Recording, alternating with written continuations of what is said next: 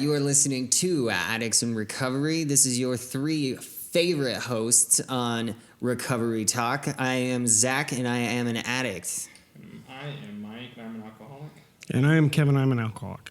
We are here to basically talk recovery. Yeah, that's our mission. Our goal is to spread that positivity that you're not alone, that you can do this. There's hope out there for the addict and normies out there, that there is a better side of this. Reach out. We have plenty of platforms that you can reach us on. Insta Mike knows what's up.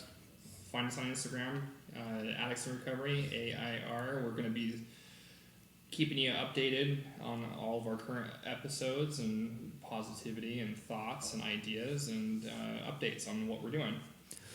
We also want to know, what is your feedback? I mean, how do we sound? What do you want to hear or talk about? Do you have any questions or like any specific topics that you want us to talk about? Give us some subjects that you want to hear us talk about. Exactly. And then you can find us on SoundCloud, Google Podcasts, Stitcher, Apple Podcasts, literally any iTunes, anything. If it has a podcast, we're on it now. You'll find us. All right, this week we are going to be talking about emotions.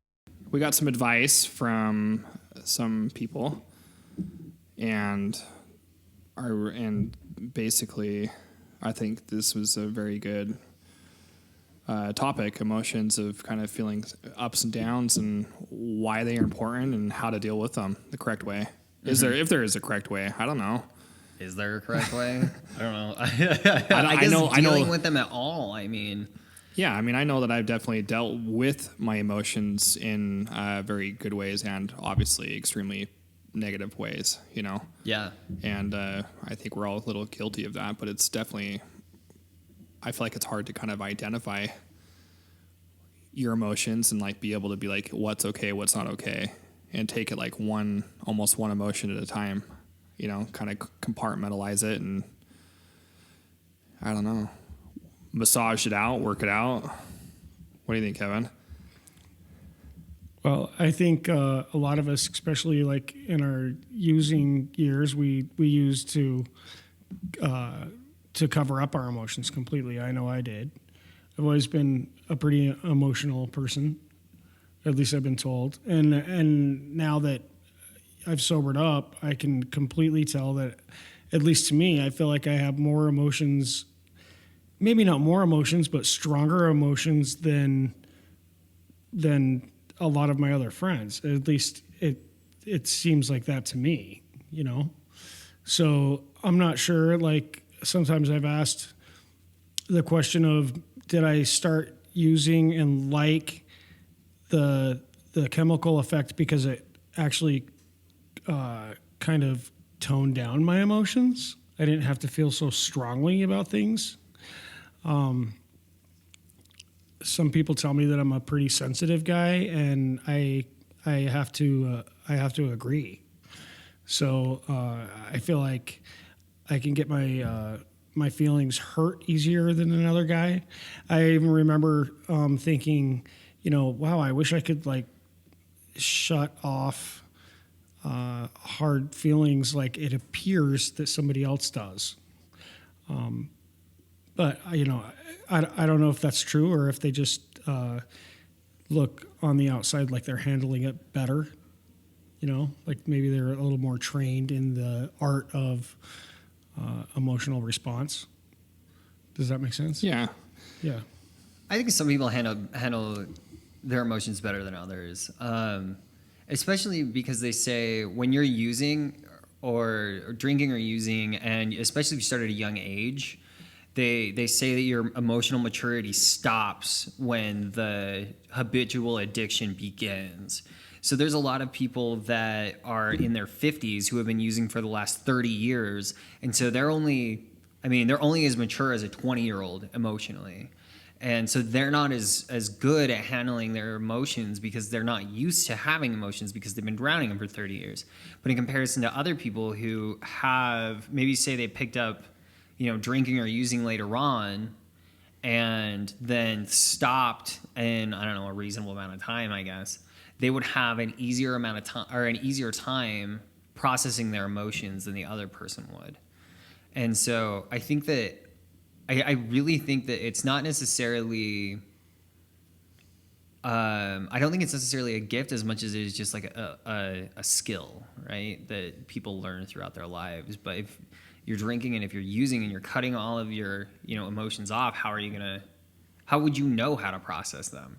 I mean, just working in a treatment center, I've seen like 60-year-old men act like toddlers Right. on a regular basis. I mean, this isn't just Like you're blown away. Like, yeah, they really said that? exactly. Right. And the reason isn't because they are they're not physical toddlers, but they are emotional toddlers because they've never learned how to deal with their emotions without drugs or alcohol, and so they have to sit and process them. But I think the question is, how do you process those? I'm glad that you brought up that whole kind of scenario. I've often, just because I'm kind of a sci-fi nerd, but I've often brought up my experience of sobriety to the movie The Matrix. To me, it's just like that. It parallels that movie, that whole storyline really well. But there's a scene in The Matrix where Neo's laying on the bed, and he says, "Why do my eyes hurt?" And the guy looks over the top of him and he says, "'Cause you've never used them before." And of course to him, he thought he had used them his entire life. But Right. he was sealed in a cocoon and he didn't realize that he wasn't actually using his real eyes. And I've often thought, wow, that's just like me and my emotions. I mean, I was drunk for, 35 years. So when I sobered up, there's a saying, and I think I've said it on one of these shows before, but it's the best part about sobering up is that you get your emotions back, and the worst part about sobering up is you get your emotions back. Yeah. And because you have to relearn them all over again. It's kind of like relearning to walk on legs that you already thought you knew how they worked. Yeah, it's tough. Like I've been really kind of reminiscing, and kind of thinking about this past year. I'm 5 or 6 days away from hitting my year mark of sobriety right now, and I've been kind of thinking of all this positivity that's happened this past year, and I've definitely can say my emotions probably have been more out of balance this last year than they have been for a while because I was so used to using alcohol as such a crutch to help me, sort through my life day to day. And I mean, there's been times where I've been very high emotion, very low emotion, wanting to just spit out everything to people that are around me of exactly how I'm feeling. And I'm like, am I sharing too much information? Is this too much that they need to know? Where's the fine line? And it's definitely been a different change. And then on the other end, I can see people kind of asking me, making sure that I'm okay. And they're like, wow, man, you're talking a lot about this one topic. Are you okay? But I definitely think this last year of, it's been hard. It hasn't been just, I've quit drinking and it's just been a fun year, It's trying to really take it for what it is, taking that one emotion of being sad, for example, or being happy, for example, and being able to kind of ride that out and kind of taking it for what it is. And I don't want to write it out. It's really uncomfortable. It is though, right? It is. Yeah, absolutely. That's why I would drink, or that's why I'd get high. I didn't want to write that out. But it's such a harder process though to take the higher road, if you want to call it the higher road, or the better road to do this. It's so much easier in my opinion, just to be screw it. Where's the beer? Yeah. Oh, absolutely. So I think the question is, how do we gauge? Well, there's so many questions, and I've already said it. I think the question is, how do we gauge what emotion we're feeling?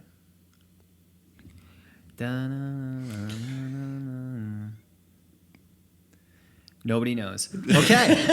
No, I think it's a great question. It's is. almost one of those questions that's like you really, really have to think about it. It's like, you know, So I can find myself walking around throughout the day with my shoulders shrugged up so high, and I'm so tense that, I mean, my shoulders are basically to my ears, right? And I'm kind of got this hunch over me, and I everything is tense and tight, and I regularly have to ask myself, what am I feeling? Why am I feeling this, right? And so I have to go and I'll have to take kind of an emotional temperature almost, which basically I have to stop and just shut everything off and ask myself, okay, what's happening? What is it that's causing me to be this angsty and this tight, right? And usually it's just like this compounding stress, because I get anxiety all the fucking time. But usually it's just compounding stress and things like that. But before I figure that out, like what it is, I have to figure out what it is that I'm feeling, right? So like the reason that I'm stressed is because of anxiety, and I have this anxiety because school is really hard right now, or I just left my job, or whatever it may be. I'm moving to a foreign country. Slightly stressful, right? And so I have to gauge where I'm at, and I can usually do that by my body language. Like, how tense am I? Or how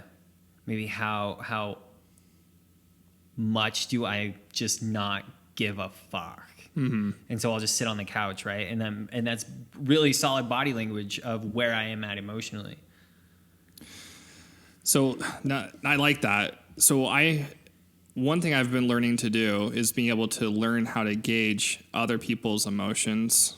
That's been helpful for me as well. Like, for example, a lot of times I would listen to my little kids and they would be telling me something, and I would just kind of like brush it by, like it's not that important. Like, for example, my youngest son, not youngest, that's so weird to think. I have a 5-month-old, but the middle child now, he did not want to go to do swimming lessons anymore. He didn't like it. And we were like, no, you're doing swimming lessons. This is what you need to do. And he was generally like upset to my wife and I in the kitchen, but we were still just like, no, let's go eat breakfast. You're doing this. Mm-hmm. And then I finally like thought about it, and I thought, you know what? I had that same type of feeling as well at times. Maybe it's not swim lessons, but it's like, maybe I don't want to go to work, or maybe I don't want to drive somewhere, go do this or pay this bill or whatever. And so I put myself in his shoes, and I thought, that is a real feeling because it's coming out of his mouth. So I have to recognize that, accept that, even though he's 3, and then ask him about it. So I got onto his level, and I was like, hey, I know you don't want to go to swim lessons. Like, what's up? Why don't you want to do it?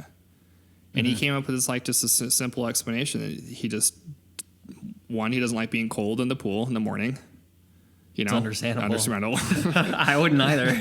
And he was kind of afraid. He didn't have his life jacket anymore. And so I told, and he specifically was naming the actual lifeguard's name as well. So I looked at my wife and I said, can you do me a favor? When you go to the swimming pool in the morning, and obviously my son was listening to this too. I said, when you go to the swimming pool and drop him off, can you talk to the lifeguard in front of our child and let's work this out? Yeah. So she's like, okay. So they go and do their thing.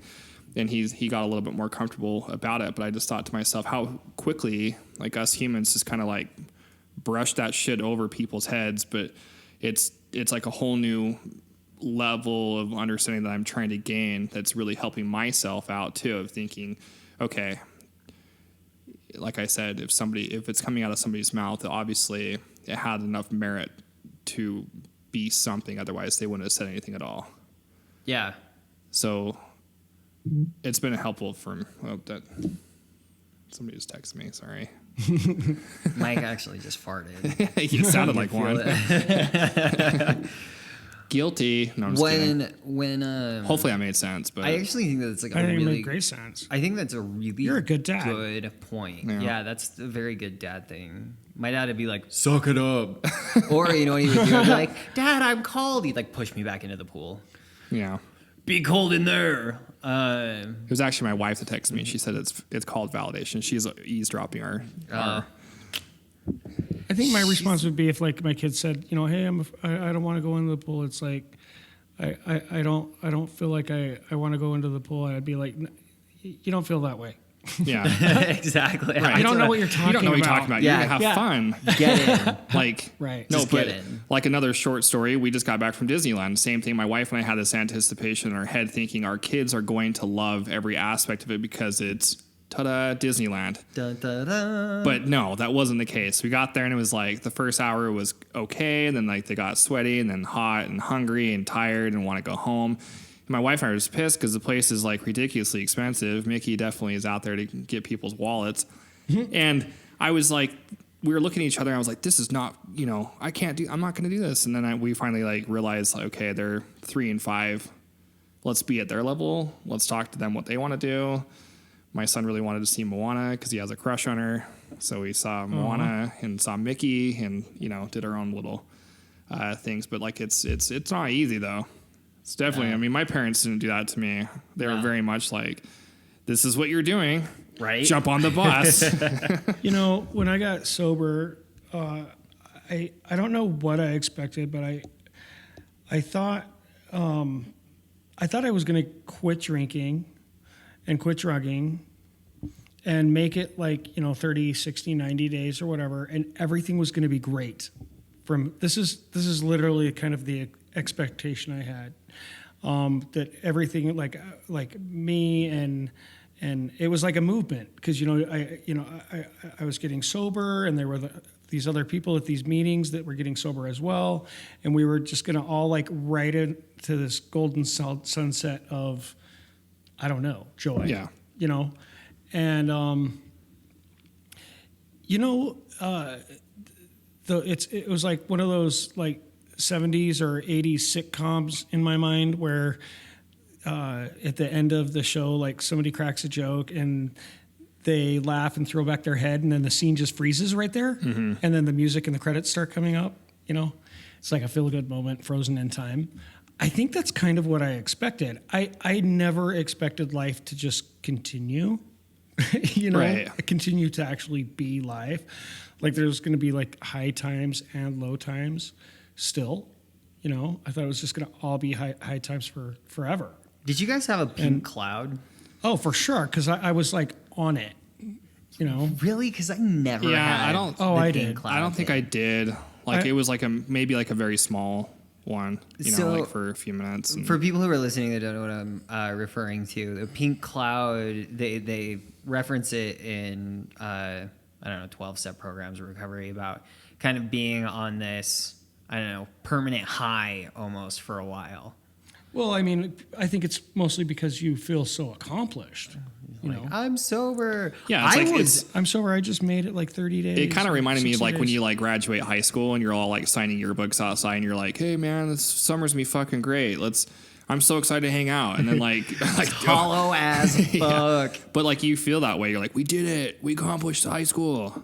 You know, and like a week later, you're like, you know, I run into some people now. I'm like, we should hang out sometime. Like, Yeah. Sorry, man. Not gonna happen. No, I remember I see people get this whole pink cloud feeling, and I never fucking got it. Like I never got it.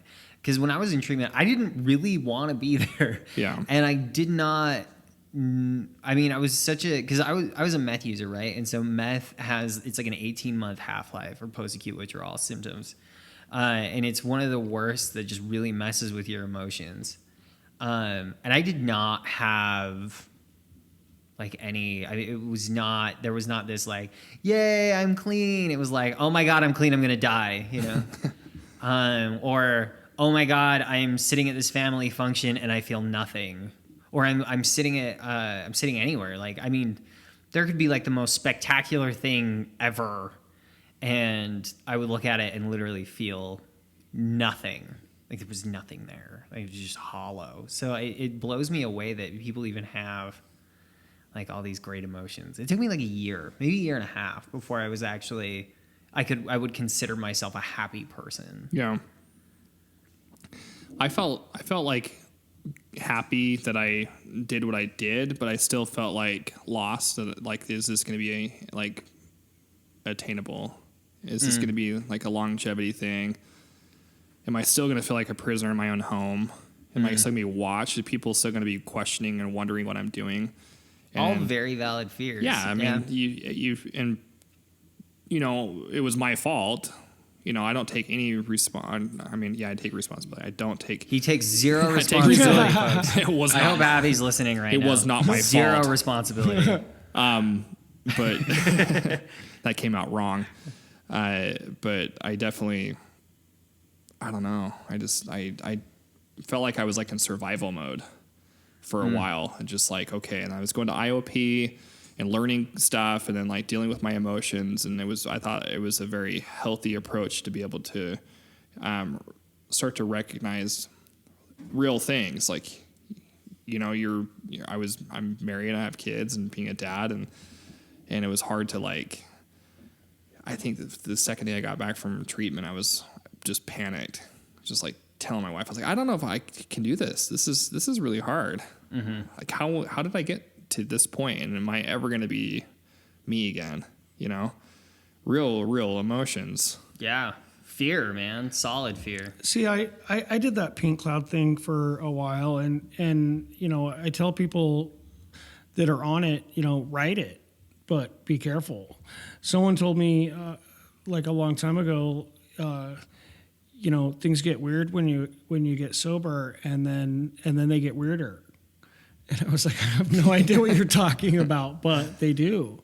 Yeah. And I think actually for a time, I got kind of depressed. I went on this pink cloud, and then I kind of hit like this lull. And, you know, hindsight being 2020, like they say that pain is the touchstone of all growth. That's a really popular saying. I used to hate that saying. That was like it just sounds terrible. But if you didn't feel any pain, you wouldn't move anywhere. You would just stay where you were at all the time because it's comfortable.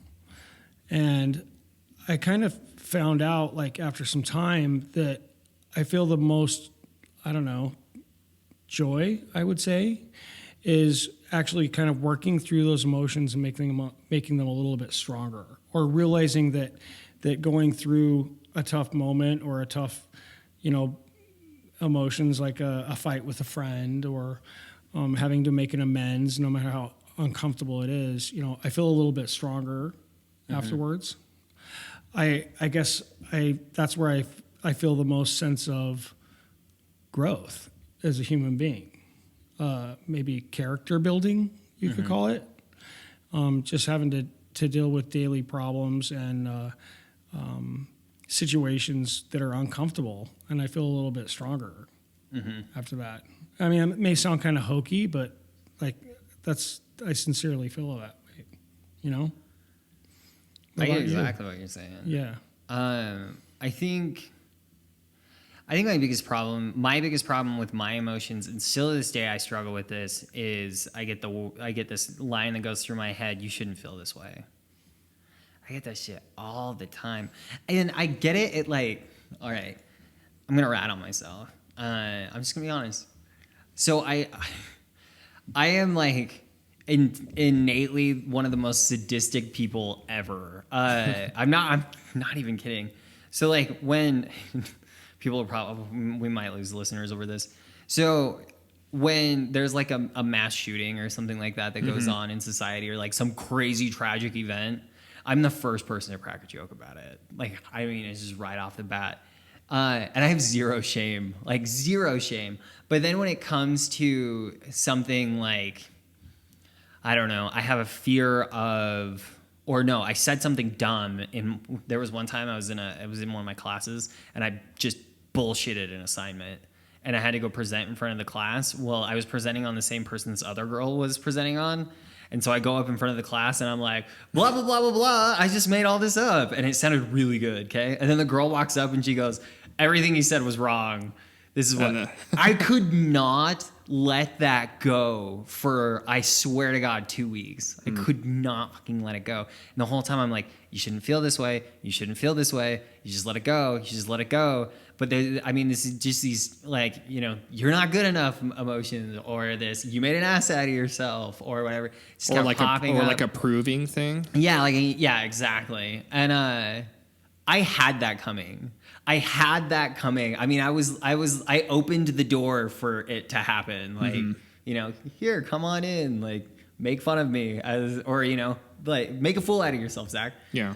But there's shit like that I just cannot let go. Like, I'll crack jokes all day about a mass shooting, but when it comes to just like minuscule shit, I can't let it go. And I have to get, I don't know, man. I have to keep telling myself over and over again, my emotions are valid, to an extent, right?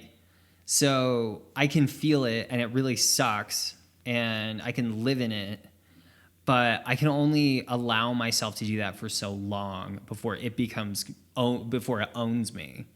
I have seen so many people. Actually, I'll just speak for myself. I've done this so many times, where I will get caught up in an emotion, and that fucking thing will own me. I am that emotion. I cannot get out of it. It's almost like a depressive state, I guess, where I cannot get out of it. I can just live in it. And usually it's like anger. Oh man, like resentments. Fuck, if somebody does me wrong, or if I make an ass out of myself, you know, then I'm mad at myself. That shit can own me. And I have to make a conscious effort. And it's like what I said, when I'm super uptight, I have to make an effort, calm down, Yeah. bring it back. You're not owned by this emotion. This happened, whatever, it's done. I'm sure that nobody in that entire fucking classroom even remembers what I did, because this is, you know, it's just a fucking thing. I'm sure all of them do. They all went home and they laugh about it every single night since it's happened. Well, at least you gave him that. Yeah. Or like give him a little joke or something. Exactly. But yeah, and then I get like all these lines in my head, you know, I got to get my shit together, you know, why can't you stop this, and la da da da. And in reality, that's just how emotions are. They're fucking strong, and they can become really controlling.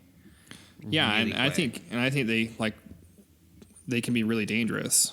Fuck yeah. You know, that's what I think about it with in my own story of, I've always been a person who sought very highly, not so much of myself, but I cared more about what other people thought of me. You know, so Oh yeah. I would kind of chameleonize myself into groups and settings and things. Like I remember in high school, you have like I was a good student. I got good grades, but I wasn't like a 4.0 student. And I'd hear like stories of my friends being like, yeah, you know, I'm in like honors this. And I'd be like, so why am I not in honors? You know, what should I do to, and like, why did I even care? Because I was already getting like a good enough grade. It was high school. Who gives a shit? If I could go back into high school now, I'd be way better off. Way better off. But I would do like the opposite. Like I'd go to the counseling office and I'd like sit there and like hash it out with my counselor, being like, hey, I need to be in that honors class. And they're like, well, you know, you're getting like a B+, A-, you know, ish in those, and in your class.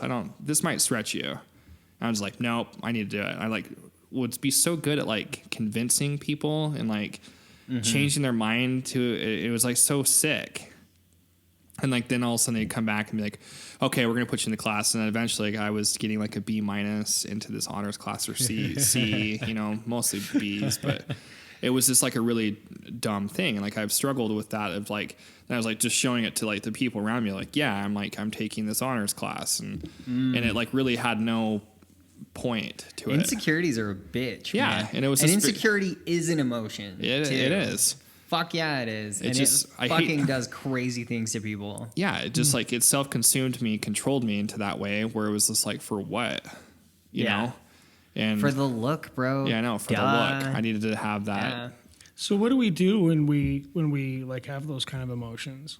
Like that's what I was taught is, well, what I was taught was what I meant to say, is that that's why we get a sponsor.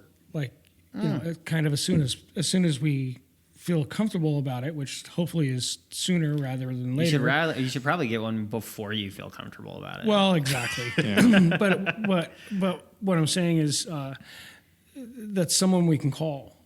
It's kind of like I go through those kind of things much less, you know, now that I've got some time on me. But at the beginning, I used to get stuck in that thing in my head, you know, like you said, you get kind of stuck like in a hole. Yeah. You know, like a pit. Like a loop. A loop. Yeah. Exactly.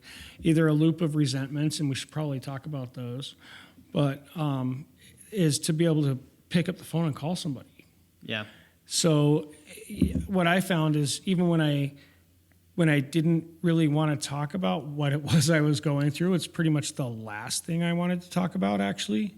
But it's the right thing. It is. So what I would do is, you know, just calling another alcoholic or another addict and just hearing their voice sometimes on the phone, just like them picking up the phone and saying hello, was enough to knock me off of that loop.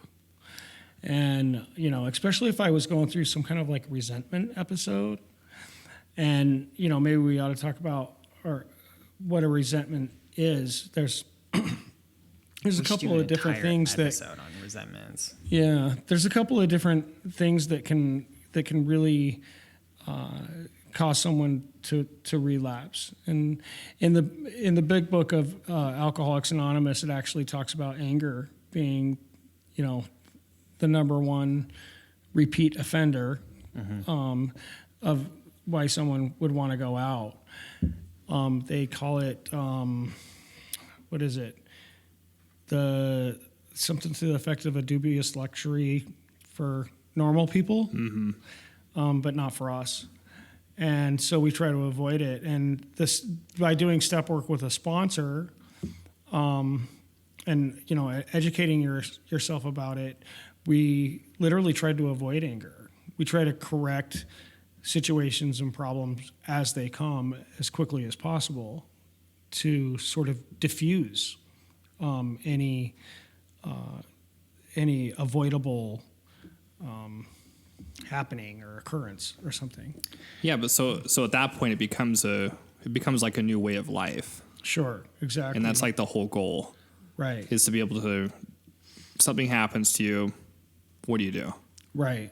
Exactly. One of the things that I would do to get out of kind of that, I guess, tail spin or the loop is, and I found They also call it head running. Yeah, head running. Really, it's resentments is basically the big one. But so that when I'm stuck in that loop, I have found a lot of things to do and a lot of things not to do.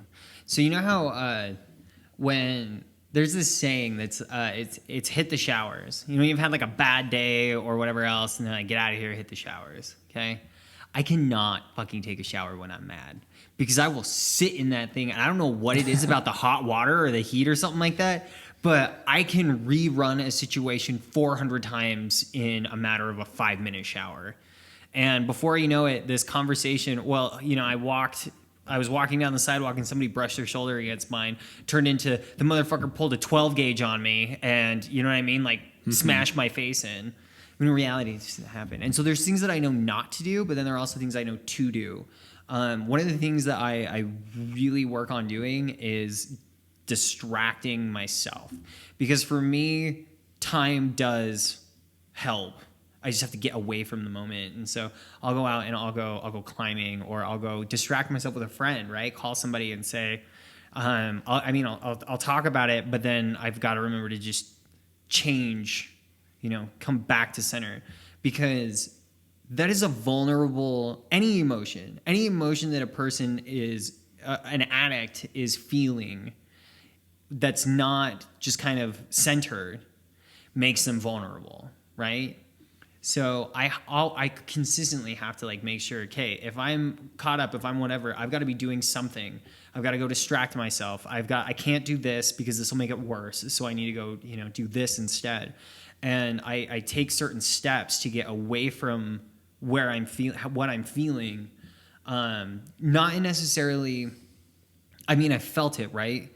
But it's not necessarily to avoid the feeling, it's to avoid the feeling from taking over. Sure. And then from there, I can then kind of center myself and come back, because like I've heard this so many times, and it's, you know, anger it's one of them. Emotions make you vulnerable. And at any point in time, whether you're on cloud 9, you're happy as hell, because what happens is, oh, I'm feeling great, I'm so happy, I could drink, that's fine, right? Or if you're, you know, mad, fuck it, I'm gonna drink, I'm pissed. And anywhere in between can cause somebody to go back out. This is a really good topic, guys. Well, Yeah. like, but if you think of, no, it is. It's a great This topic. is I a love really it. good topic. It's like this, because this thought came in my head, is that like, it's always going to be part of our life. Do you know what I'm saying? Like, you're always going to have this kind of fluctuation where it's going up and down, and like some days are better than others, some days are worse than others, you know. And like, for example, a really good tool that like my dad, who's also my boss, taught me. Because there's times in the construction world that people say really, really dumb shit to you, and it really, really makes you mad. And they're like trying to flex on you and show that they're right and who's wrong, and making, you know, mitigating and figuring out what the problem is. And I mean, that's really like what my job description is. It's like a problem solver. And my dad taught me like a really cool thing to do, and to kind of take my emotion out of things. Say, for example, I get like a bad email, and somebody's trying to like prove something that we did something wrong, and I know clearly that they're wrong out of it. There's times like I'll just start like blowing up my keyboard and start typing this like, you know, pissed off, what are you doing? Da, da, da, da, da, da, da, da. And I'm like, hey, Dad, come read this. And he's just like laughing. He's like, you can't send that. And I'm like, why not? And he's just like, well, first of all, what you need to always keep in mind in the business world is that you can't ever use like the words I.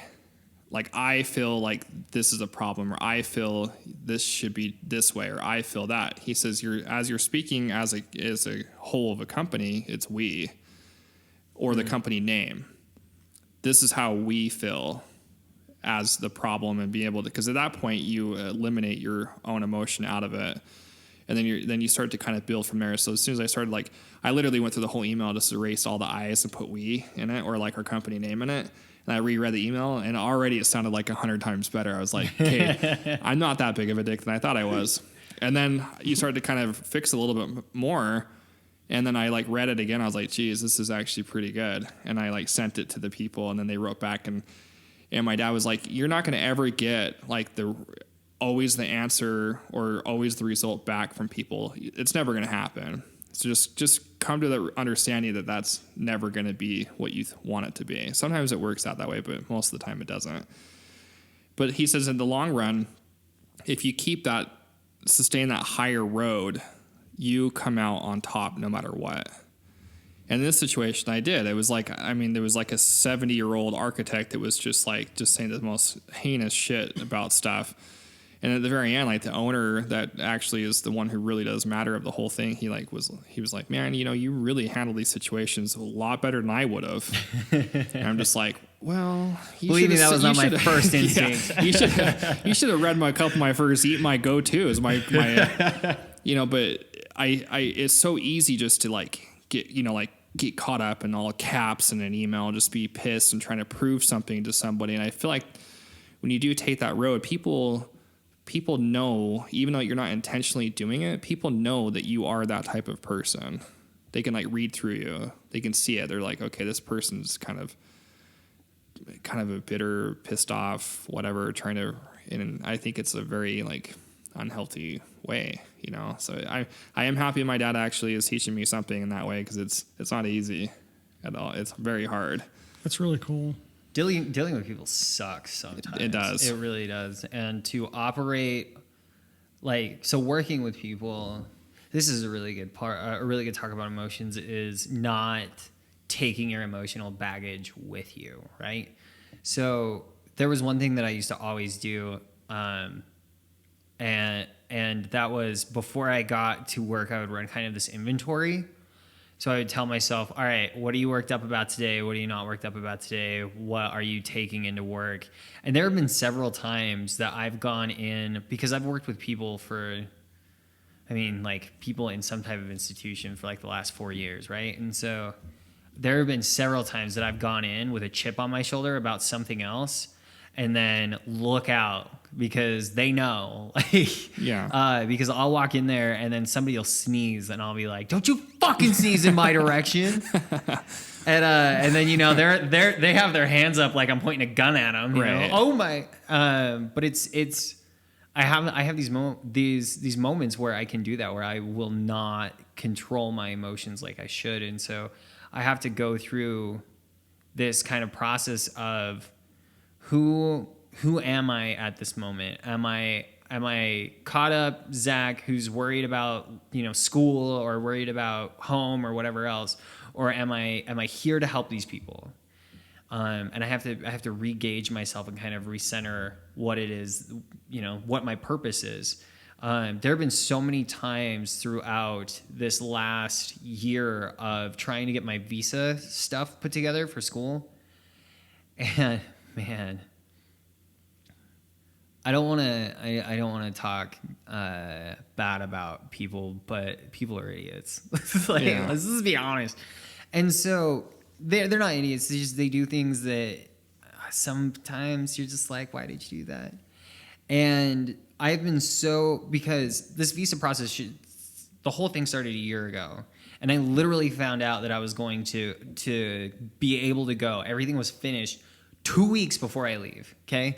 A year-long process. And just the level of stress that came with that, it took every ounce of energy for me not to be sending emails with like, I know where you live. Right. I know where I'm you gonna sleep. find you. I literally thought about strangling you in your sleep last night. And instead holding back, and I actually say this in the Night Step Promises in the AA, you suddenly know how to handle situations which used to baffle you. And that's exactly how I do it, is by stepping away from that emotion, stepping away and going, okay, I can't threaten to strangle the guy. I can't threaten to kill his dog, and I can't kill his wife.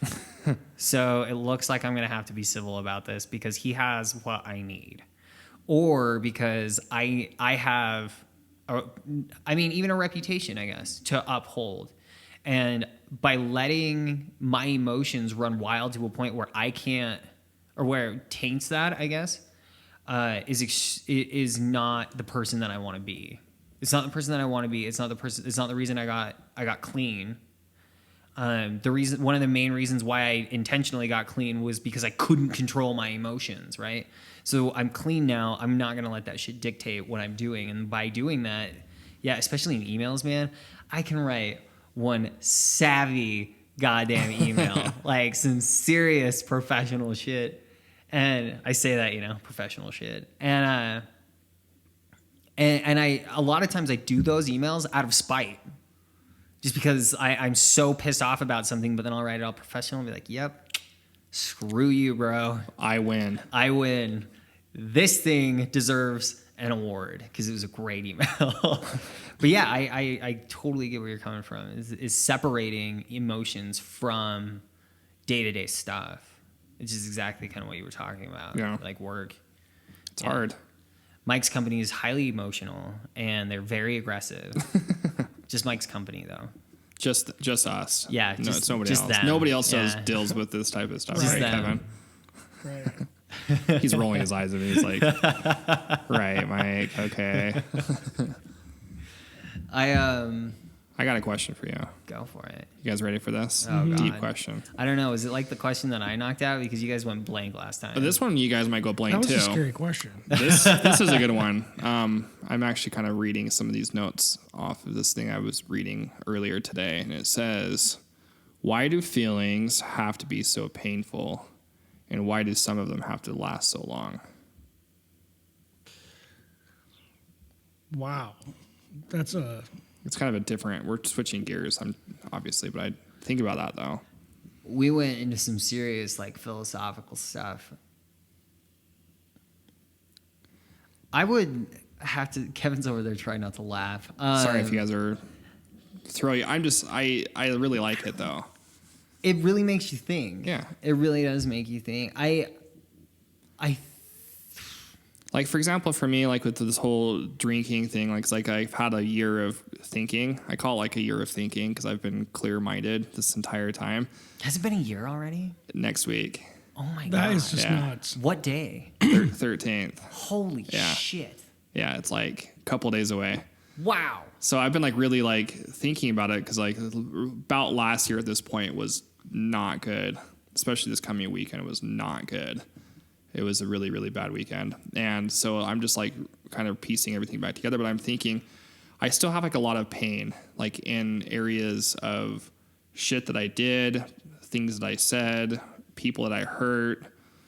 Guilt, shame. Yeah. Just like there's Remorse. still a lot of it that's like not like, I mean, I feel like a lot of it, the rake has been kind of covering over some stuff. It's not like all super exposed. I haven't said sorry to some people. I'm just not ready for that yet, you know?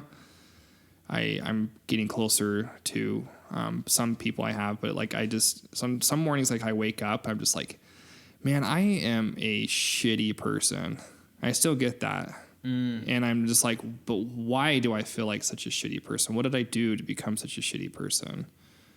And then I always do like what this trick is.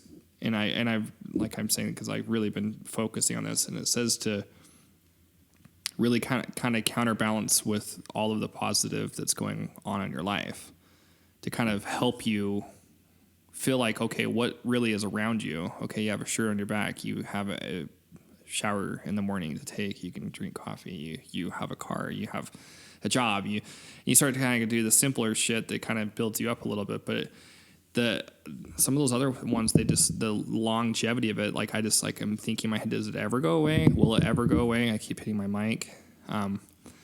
So that's one thing that for me, like it's, why does it need to be so painful? Why does it need to last so long? Like, am I ever going to be at that level where I'm like, I'm over it, you know?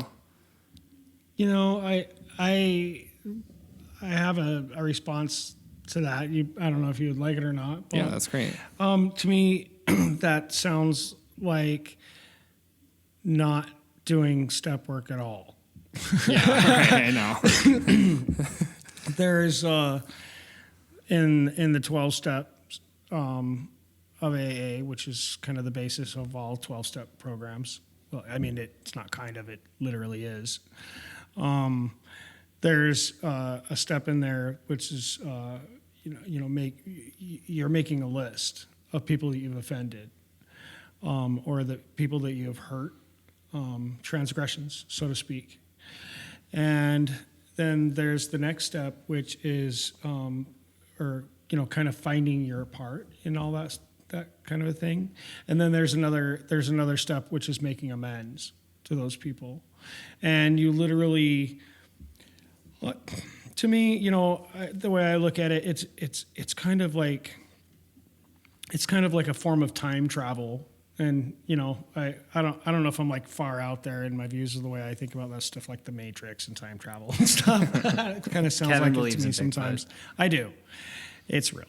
But anyway, so He is real. he is real. Anyway, so what you're doing is it's called cleaning up your side of the street, so that you don't feel that way. You don't wake up in the morning and have these resentments going on in your head, or resentments against yourself. And I'm going to take a second and I'm going to explain how I was told what a resentment was, because it was like a huge eye opener for me. I had no idea that for all these years I was living in resentments, and I had no idea.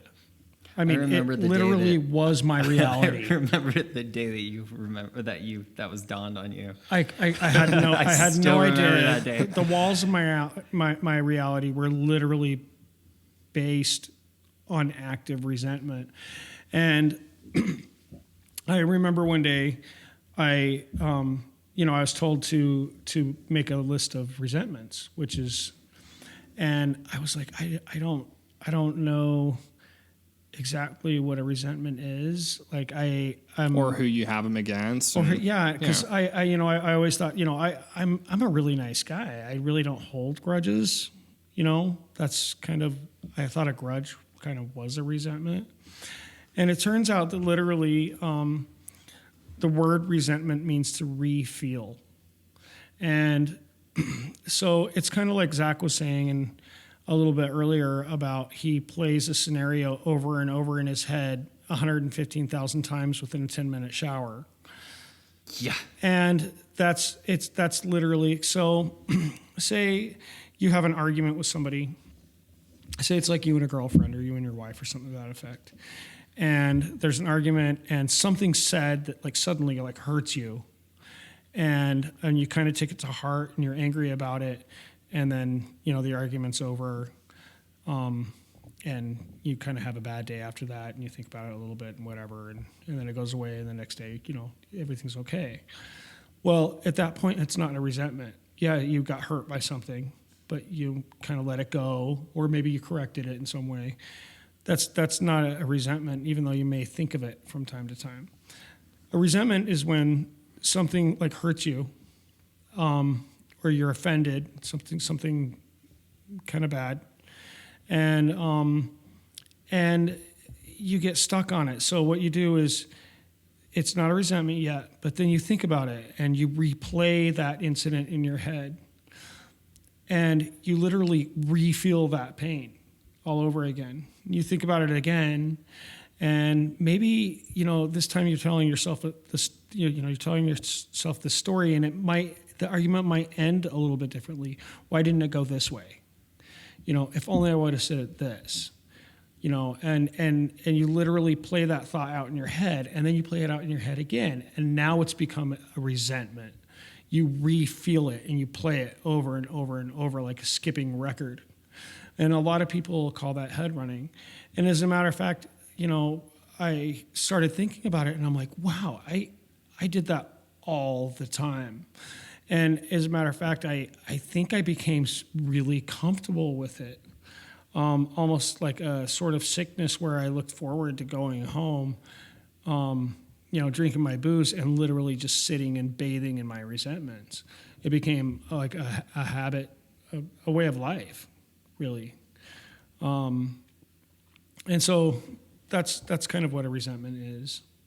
And one way to stop doing that in your head is you clean up your side of the street. So I used to wake up in the mornings and I swear my resentments were playing on the backs of my eyelids before I even opened my eyes. Ew, I've had mornings like that. Yeah. And that doesn't happen to me anymore, or it happens much less. How's that? Like much less, like 1% of what it used to be. And then I know that there's something I need to deal with.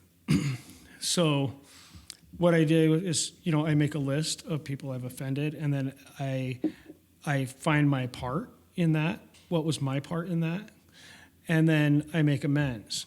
So I clean up my side of the street first, which I become approachable. I become a decent human being, and I make a welcoming porch, basically, and I try to clean up I try to make an amends. I'm not necessarily looking for forgiveness from this person, although that would be like a great bonus. Right. It's like But what I'm doing is I'm trying to say, I don't have a reason to, I don't have a reason for what I did because I wasn't using any reasoning at the time, because we were very sick when we were using. But is there anything I can do to make this right? And so I literally try to mend my fences. That takes care of my past, and it also takes care of the fear in the future of, what's going to happen if I don't make this right with this person. I don't want to be walking down like a grocery store aisle and see somebody that I don't want to talk to, and I literally duck out and like try to go down another aisle as fast as I can because I haven't made amends with that person. So that's why I call it time travel. I've taken care of my past, and that in itself takes care of my future. Does that make any sense? Yeah. So I don't have to wake up in the morning and say things to myself, why am I a shitty person? right. And it's more than it's the last year, his every day is progressively getting better. I have clarity when I wake up, and I am more focused. I'm more honest. I'm communicating. I'm doing, me. I'm, explaining and expressing how I'm feeling and if it's good or bad, and dealing with it if it's good or bad. But there's still just a lot of part of it that I still just get bugged with of my own self. Nothing like personally towards people. It's more of like, how much time did I really waste? You know? Residual. Yeah. Right. Well, Anyways, I think there's like I think I know exactly what you're talking about, because I go through that same thing, and I wonder if that's because we're sensitive people, and we talked about that with Cindy. Remember when she was on, that a lot of alcoholics and addicts are very, very sensitive people, and I wonder if there's like I go through times where I wonder if I'm always going to be in some. And I say always going to be because it feels like it's always going to be when you're in the middle of it, right? But sometimes it's very fleeting feeling. Mm-hmm. But like there's heartache involved. And, we've talked about it before, but sometimes what we need to realize is that we've left an old part of ourselves behind. And I wonder if sometimes that feeling is grief. Like literally grieving for a lost best friend or a lost way of life, because you're like developing a new one and basically had to let the old one die. Right. So, I mean, I don't know. That's kind of the rationalization for myself that I've come up with. I also think one of the a good way to cope with that. I don't think it ever goes away. Just because Maybe it shouldn't. maybe it shouldn't. Yeah. You're right. But we're hard on ourselves, right? We are very hard on ourselves, and we are our own worst critics. The thing that I have to tell myself, like, I mean, I have no excuse for bullshitting my way through a project and making an ass out of myself, right? But I do have, it's not an excuse, but it's a reasoning for my behaviors of when I was drinking and when I was using it. And I say this all the time. That person, so in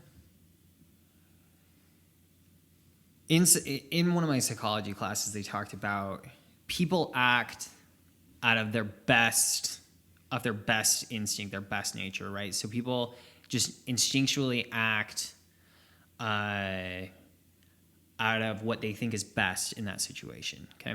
So me being high or being whatever else, under whatever influence it may be, I acted the way that I acted, thinking in that time that was the best way to act in that situation. I also know that sober, clean me would not do what high me would do. And so I have to tell myself this on a regular basis. I acted the best way I could act. However, I am not that person. I am not the person that's on drugs. I'm not the person that's drunk. I'm not the person that's feeling those effects anymore. So I cannot condemn myself in this moment for what I did a year ago, 2 years ago, 5 years ago, whatever it may be. Because that's not who I am. That was my addiction. That was what my addiction looked like, and that's how it manifested itself, was in doing what I now see as really dumb shit. At that point in time, that's how messed up I was I was so messed up that those really dumb things I was doing, I wholeheartedly thought that was the best thing to do in that situation. And in reality, obviously it wasn't, but I obviously know now that I can't punish myself for it. And I still get those feelings. I still get times where I'm like, why the hell did you do that? I mean, at what point in time? And I just have to constantly remind myself, that's not who I am. That's who I was. That is not who I am. Isn't there like a thing that says I cannot judge myself the way I am now for who I was back then? Exactly. Right. Because it's so easy too, though. It is. I think people get caught in that thing, and like I haven't thought about that, but I think you are right, both of you, at some point, that it probably is good to have some of that still recollection in your head to kind of keep you maybe out of trouble, or maybe to kind of veer you into the right direction. Yeah, that's a solid reminder. Right. Like, don't do that shit again. Right. Yeah. Like, you know where it's going to go. Because, like, for me, it's not like I sit here and, like, just, like, beat the living shit out of myself every single morning. But there's I don't know. times- You're a pretty miserable guy. No, I'm just kidding. Don't they also say it's okay to look at your past? You just don't want to stare at it. Yeah. Yeah. Because, like, I really, really emphasize on, like, the positivity that surrounds me of, like, okay, man, like, look what happened, you know, because I have a really crazy memory. Like, I remember shit, like, when I was, like, 5 years old. Like, I've always remembered, even when I was, like, as horrible drunk stories that I've had, I still remember, as drunk as I was, I still remember a lot of that stuff, and it wasn't very good. But I really just try to take it for what it is and learn from it, and really try to hold in that positivity and not try to, like, because I've seen this a lot with some people I've talked to, where they've been struggling with depression or anxiety or stress or whatever. And it's like they're always trying to kind of like achieve, to be able to plateau, to achieve or accomplish, like they get rid of that depression or anxiety in their life. Like they're trying to get to something, but that something is not really obtainable. There's nothing really there. Mm-hmm. It's like you're getting rid of some of that, but like the next day brings something else. Mm-hmm. And like to you, your anxiety, your definition is going to be way different than mine and Kevin's, and same thing with, you know, depression or your level of happiness or whatever. And I think like everyone has to, it sounds kind of easy to say this, but it's you have to take it as your own personal level. Like you're being your own guide and your own judge it that way of saying like, yeah, you know, I felt a little depressed yesterday. Today I feel a little happier. I'm going to take it at that, kind of like see the difference of that and try to build off of that. And I think it's really hard, especially in our society, because you look at it, all the social media that's out there and the news and whatever. I mean, most of the news, I would say, but you look at all and it looks very positive.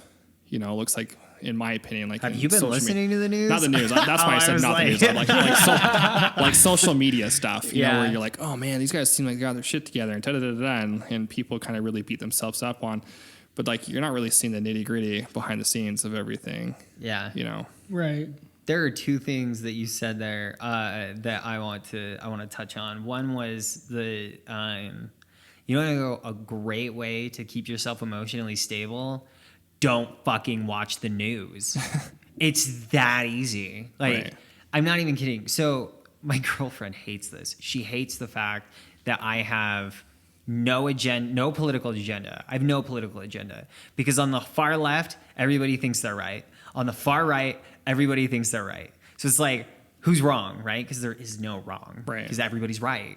And so, but I mean, there's so many, like, I have seen people get so spun out listening to talk radio, and I've seen people get so spun out watching the news and just become this emotional wreck, you know, because the world's coming to an end. We're all going to die. I mean, have you ever listened to like Rush Limbaugh? That guy, I mean, we're all going to die. Mm-hmm. And we've been all going to dying for the last like 10 years, right? I didn't even know he was still around. Yeah, the dude's still around. Oh, yeah, I don't. But the point is, one of the best ways to avoid that, to avoid emotional turmoil, is to avoid controversial shit. And you don't even necessarily have to. And it's avoid okay. It. You're not hiding. It's okay. It's okay. It's just you choose not to engage in it, because what is me being upset about the state of the country gonna do, right? Right. Trump said something stupid on Twitter today. Fucking shocking. Right. It's like, and you're surprised. And how does this immediately affect my life? Oh yeah, it doesn't. Right. And so that's the first one that I regularly, I do not engage in that shit. I don't fucking do it. I think it's such a waste of time. Not really necessarily a waste of time, a waste of emotional energy. Mm-hmm. And then the second thing that I think that you really touched on, that I work regularly on, that I honest to God think is one of the cornerstones of my recovery, is gratitude. Like what you just said, you stay in the moment and you appreciate the shit that you've got. You got an awesome house, awesome family, good job. You know, you've got, in the moment is literally all we have. I mean, Kevin and I used to go to these meetings with this guy who would always talk about how the past and the future are make-believe. Like, the future is literally a construct of human thought to help protect ourselves from what could potentially happen, right? But in reality, it's all make believe. And so the only thing that we have is this second, this moment right now. This is all we have. And so we spend so much time whining and sniveling about shit that could happen or that has happened, but it literally has nothing to do with living, because where we're living is right now. And to be grateful for the fact that we have, we have a cool podcast set up. Right. We have houses, we have friends, we have people in our lives, we have, we're not getting high. That's all shit to really be focusing on. And then when I can keep my mind there, and I can keep my mind, and I'm terrible at it, but as long I keep pulling my mind back to that, to being grateful for what I have, then those shitty emotions, they don't take over. They don't. It's so much easier to stay in this moment and to enjoy my life when I can focus on that shit rather than focus on, oh my God, Trump's gonna kill America. But ultimately, like what you're saying, though, if I'm understanding you, is, and you're putting yourself first. Exactly. Like you're like, and for the first time in a long time, I think a lot of addicts and alcoholics, whatever, anybody, even people depressed, anxiety, overeaters, overspenders, anybody that can recognize what they have done, they're trying to better themselves, and they're ultimately putting themselves first, and being able to recognize that. Like, for example, for me, I struggled a lot of times of saying, like, I've had enough work for today. I can catch up tomorrow. I don't need to stay here for an extra hour and a half. I'm going to go home. I'm so bad at that. Yeah. And but it's so hard for people to do. And like, I'm like, it's out of my control, whatever. And like, and it's so much, you feel so much better when you actually do it, though. You start slowly doing it. You start noticing you do it more in your life. It's like you're kind of building yourself up like a stronger foundation or a base or whatever. Then you start doing smaller things. I'm like, a couple of times I've gone traveling for work, like on my way home, I'm thinking, well, everyone's already home. They're already asleep. Why am I driving so fast to get home? Just slow down, maybe crank on some music and give yourself a little you time. And then like maybe pull over, and like the other night this happened. Like there was on one of the signs, there was a freaking owl on the sign. So I just like stopped. It was like 11:30 at night, and like 3 people honked at me because I was in their way. But I was like, I want to take a picture of this owl. This owl's pretty fucking cool. Yeah, that's awesome. And I was like, okay. And it's just like putting your self-need, self-care, you first. And it's, even if hopefully I didn't get hit by a car. I mean, that would have been a really dumb thing, but it was probably a really cool owl. I'll show you a picture in a minute. It scared me. I thought it was fake, and I was like, no, that's an owl. What the hell is that? It's like 11:30 at night. And I wasn't drunk. Hey, there you go. So by for me, by working my stat work and educating myself about addiction and alcoholism and what that is and what it means and what it doesn't mean, how to deal with my emotions after I quit drinking. Those are things that I can do like for my sobriety and for myself. And I just wanted to point out, like, some of the things that we do to take care of ourselves. Say, if I have a toothache, I need to call a dentist. And I mean that very literally. I don't know how many people that I've met, including myself, through my using career, had a toothache and like literally ignored it until like my teeth started going bad, and because I didn't take care of myself, I have a horrible toothache, like where's the whiskey? That'll take care of it. Numb the pain. Exactly. Until you get to the point where you're on Castaway, where he takes the ice skate or whatever and he knocks his teeth out. God. Sure. But like if I have an ache that is unbearable, instead of like loading myself up on pain pills, I go see a doctor, and I'm responsible. In learning how to take care of myself. That also means that if I'm having emotions that are like running awry, to the point where I don't think I can control them. Not only do I call someone like a good friend or a sponsor or, you know, a priest or whoever, you know, however you take care of A yourself, rabbi. but you know that I'm also responsible in taking care of myself by calling a therapist.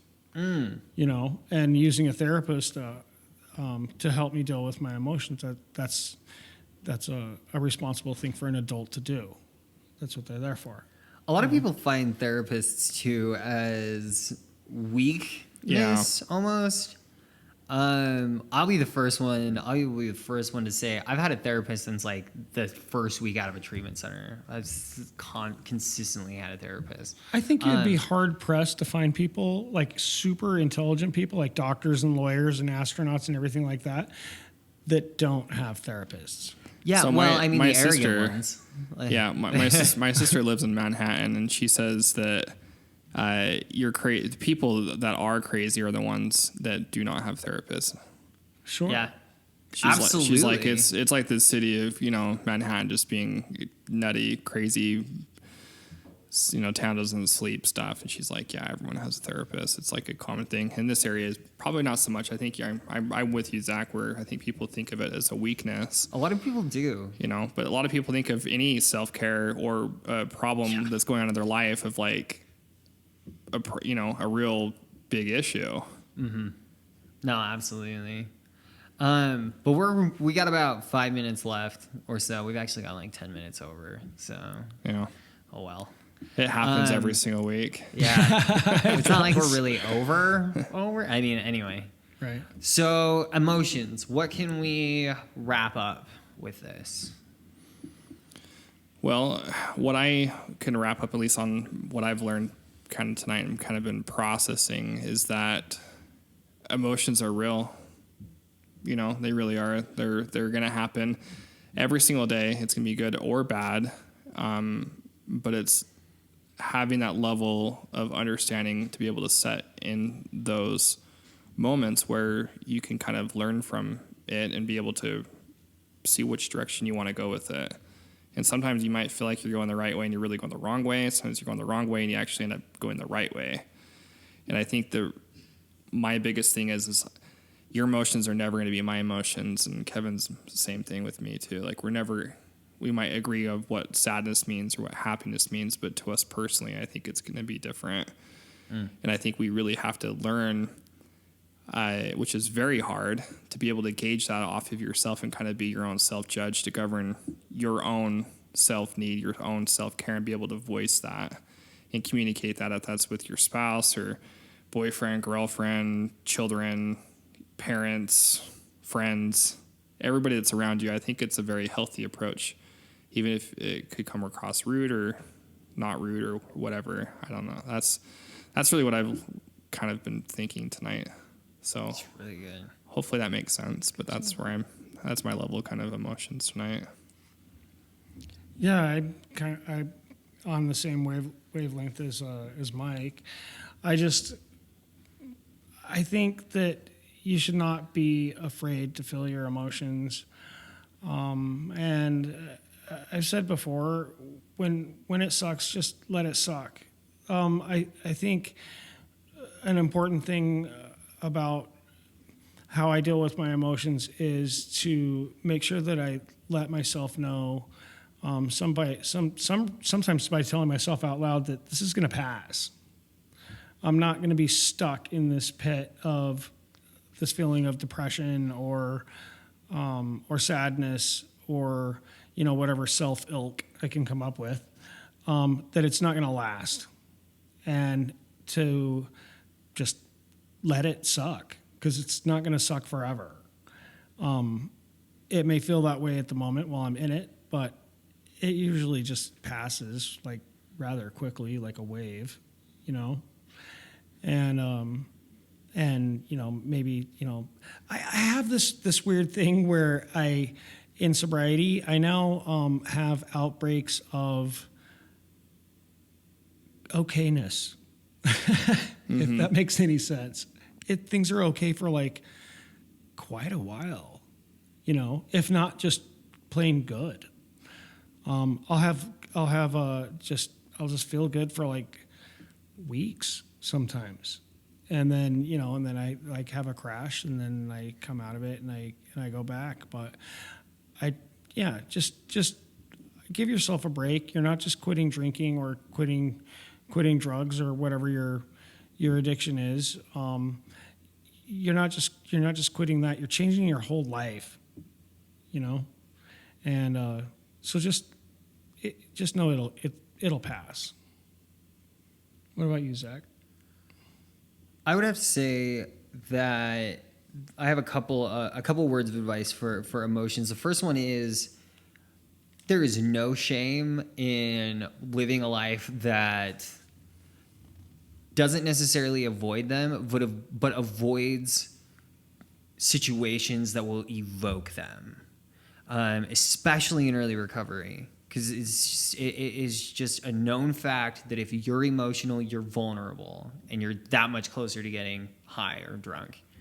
And so that's always something to keep in mind, is to really pick and choose your battles. If you don't have to push yourself hard, don't push yourself hard. If you don't have to engage in something toxic, don't engage in something toxic. If you don't have to get into something that is going to trigger you, don't engage in it. It's okay. It's not that you're weak. Actually, I would say it's more, you have more self-awareness. It's a stronger trait to have when you can pick and choose what battles you want to engage in, right? There's so many people that just jump right into it face first. And it's like what Kevin said earlier in AA, they have the luxury of doing that, right? They have the luxury of doing that. We addicts don't. And then the last thing that I've got to say is a grateful addict will never get high, and a grateful alcoholic will never drink.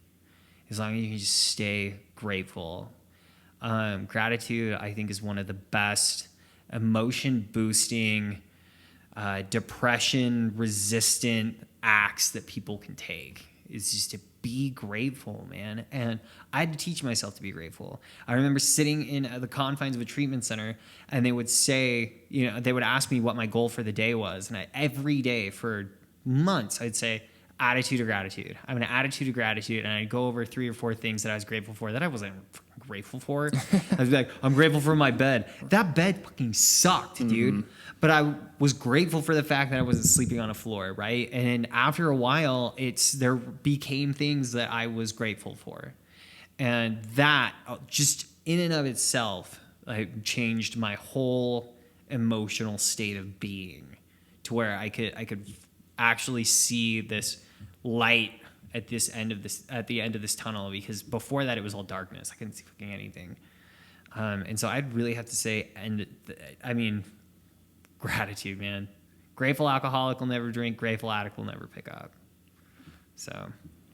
No, I think that's great. I think this the last thing I've kind of bypassed over, but this one kind of goes out to the parents with children as well.